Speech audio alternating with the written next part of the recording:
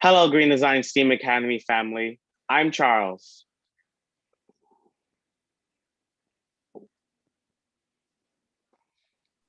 Hi, and I'm Miss Camarillo.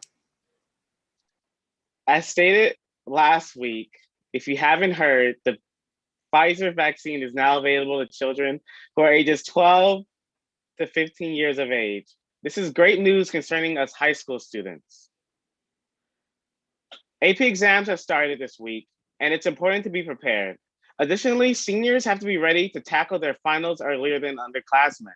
Seniors' finals are scheduled for May 25th to May 28th, which is a week sooner than grades 9th through 11th. That will be June 1st to 4th. In addition, juniors, this week we will continue taking the SBAC for English and math. With this month heavy on testing, please make sure you take care of yourself by having plenty of rest and breakfast before the exams.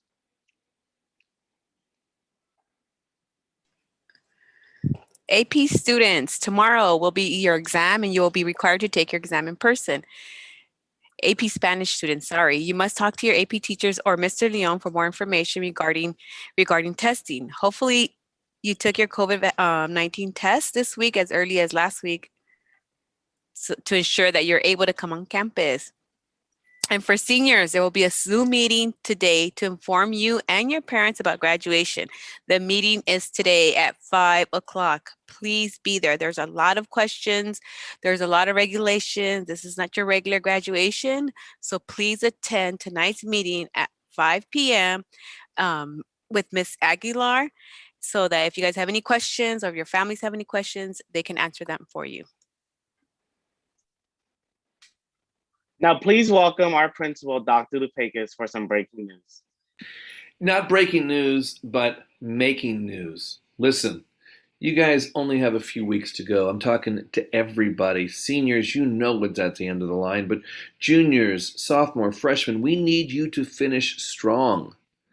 You guys have been doing really good work all year long. You did good work into the first through the end of the first semester, and I want to see those numbers of C or better grades remain. So you need to reach out to your teachers at this time if you are on the bubble of getting a D or perhaps an F and say, hey, what do I do to not go to summer school, which is being planned right now? So the counselors are working on their summer school rosters right now. Green Design is hosting this year. Mr. Chavez will be in the main chair, and he's done a lot of good work to get you quality teachers, but we'd rather have you enjoy your summer. Second, I'd like to, and I think we're going to make the announcement about a community vaccination clinic will be on campus next Friday, May 28th, from 7, I believe, till 4. There are documents that need to be presented, and we sent those to your advisory teachers today, as well as a PowerPoint presentation, a couple of days of PowerPoint to try to demystify this whole process. Listen, I've had my vaccines, and yeah, second vaccine gave me a little bit of the flu for about 18 hours. And I still wear a mask, and I still test every week. But if we don't get enough students to vaccinate, if we don't get enough community members to vaccinate, how have you liked school so far for the last 13 months? Because that might be how we do school in the fall. And we'll do it, by the way, for a full school day. You will be on campus from 8 to 3:10, or in Zoom from 8 to 3:10, or 8:30 to 3:40, depending on when we're going to have our start time next year. It's going to be a lot longer. And you're going to have your 6 periods every day. It's going to be more intense. So please do your community and yourselves a favor. Get over all this conspiracy theory about what this vaccine does or doesn't do. I will tell you what it does do. It protects you.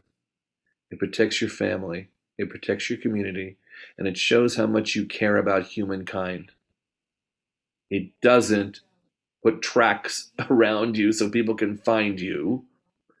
They're not changing your genetic makeup so one day you'll wake up with a tail and ears, unless you've already had a tail and ears, and then God love you for that. It won't change you. It just will protect you. Okay? And the last thing for the AP Spanish students, we are going to let you in the 61st Street gate. I will have to be out there. I'm going to talk to Robert to see if he can come out there early as well. We're going to have to take your temperature.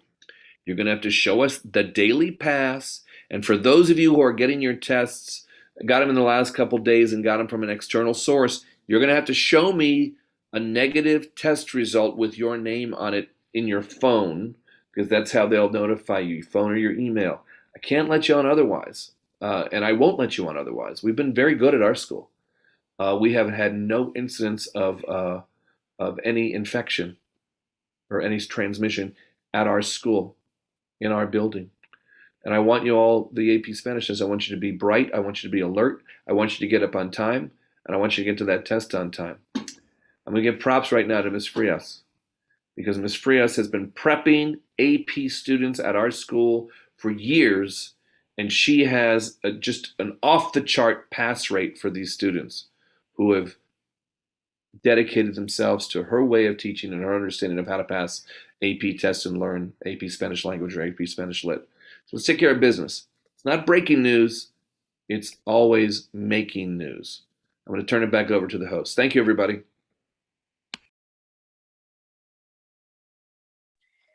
Thank you, Dr. Lupakis, and I agree. Yes, students, we only have about 3 more weeks to go. Let's stay strong. Let's keep pushing. Let's keep asking for help. Talk to your teachers. Talk to me. Talk to your counselors. We want you to finish strong, and I know that you guys can.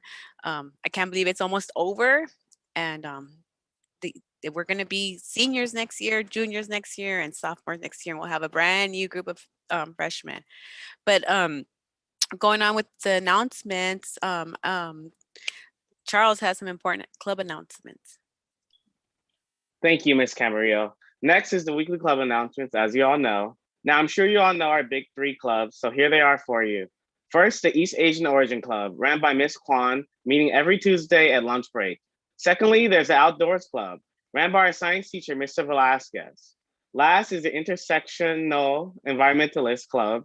They meet every Tuesday and Thursday at 2:30 p.m. Reach out to Reina Fernando for more information. Thank you.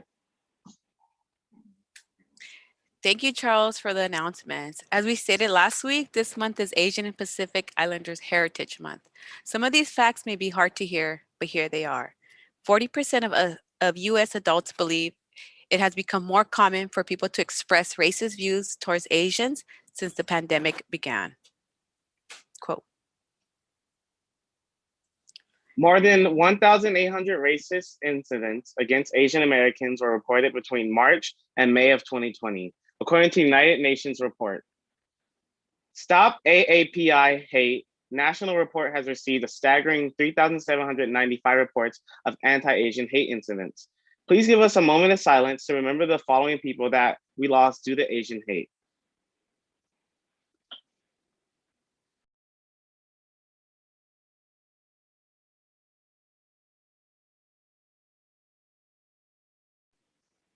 I believe it's important we here on the team speak out about how we feel about the recent hate and discrimination that has been handed their way amidst the false blame for the coronavirus.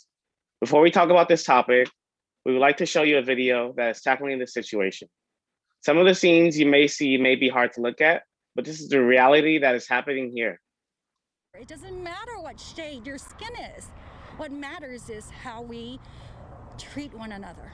A desperate outcry from LA's Asian community, a call for the senseless violence aimed at them to stop. For us to have been targeted recently, it was unjustified, is uncalled for. Kelly Mack, a proud Asian woman speaking out against the inexplicable violence targeting her community, a national outbreak of profiling and attacks from New York to LA.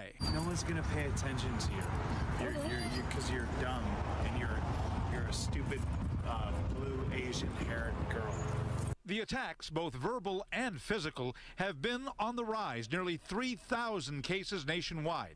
This attack on an unsuspecting elderly man in San Francisco is what has sparked so much outrage recently. Kelly Mack says the source of these hate crimes is a false claim about the biggest national story today. Most people lack of education and lack of efforts to educate themselves and think that most Asians are responsible for the coronavirus. And that is far from the truth. And still, the attacks continue, causing many Asian Americans to stay in their homes, fearful that attacks could be lurking anywhere. And enough is enough, right? We're not connected with any political organizations. We don't have any personal agendas to push forward here today. All Asian cultures have been under assault.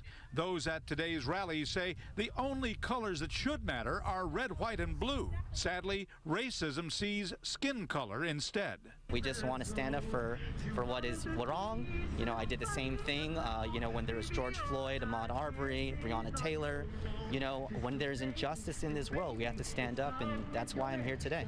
Rick Lozano, Fox 11 News. After looking at that video, all I can say is that I'm absolutely disgusted with the behavior of some individuals that call themselves citizens of our country.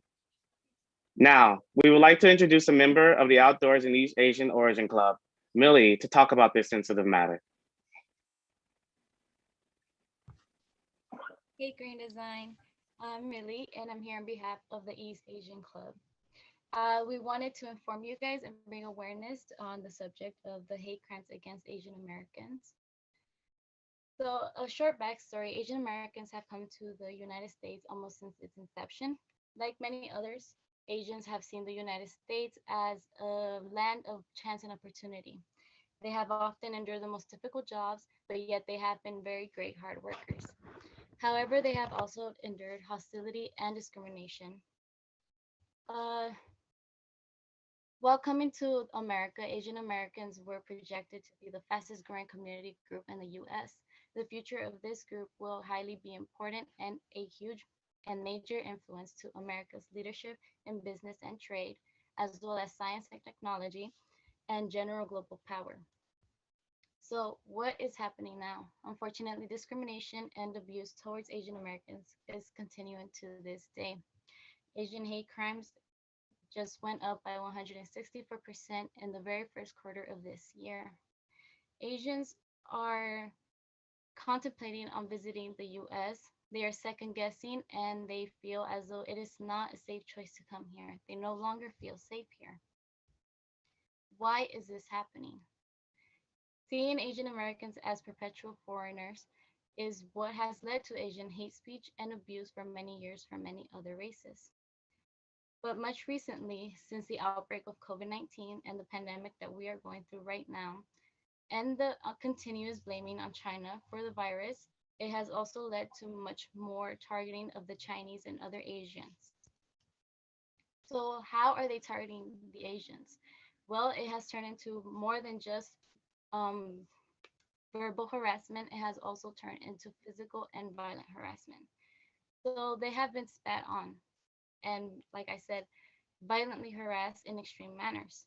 There have been thousands upon thousands of reported cases in these recent months. Here are very few of the cases, and they're not as gruesome as before. One is an elderly Thai immigrant dies after being shoved to the ground. A Filipino American is slashed in the face with a box cutter, and a Chinese woman is slapped and set on fire. Now, these are gruesome and terrible violent acts against these amazing people, and these are just very few of the thousands of cases that have been reported. Now, in an interview, a 24-year-old writer by the name of Ian, who fell victim to these assaults, has said these powerful words, and I would like to share them to you guys.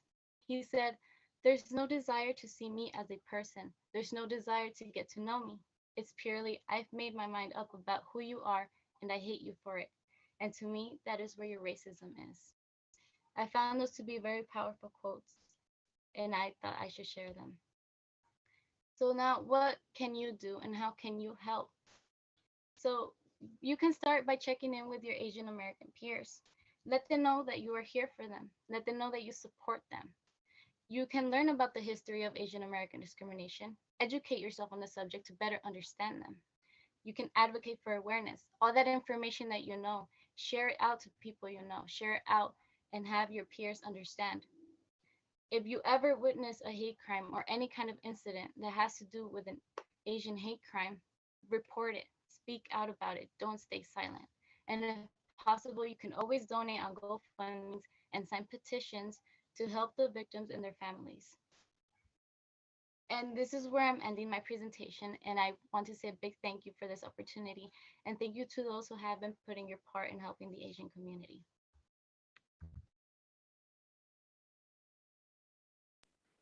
Thank you, Millie, for sharing. On that note, we want to send you off with an inspirational quote and hopeful quote by Jack Ma. Never give up. Today is hard. Tomorrow will be worse. But the day after tomorrow will be sunshine. With that, remember to check Schoology and the school's websites for important announcements. On that note, remember the importance of your mental health and don't hesitate to reach out to Miss Diop. Now it's time for that time of the week where we call the 3 R's. So be respectful to everyone, be responsible for your actions, and of course, be ready to learn.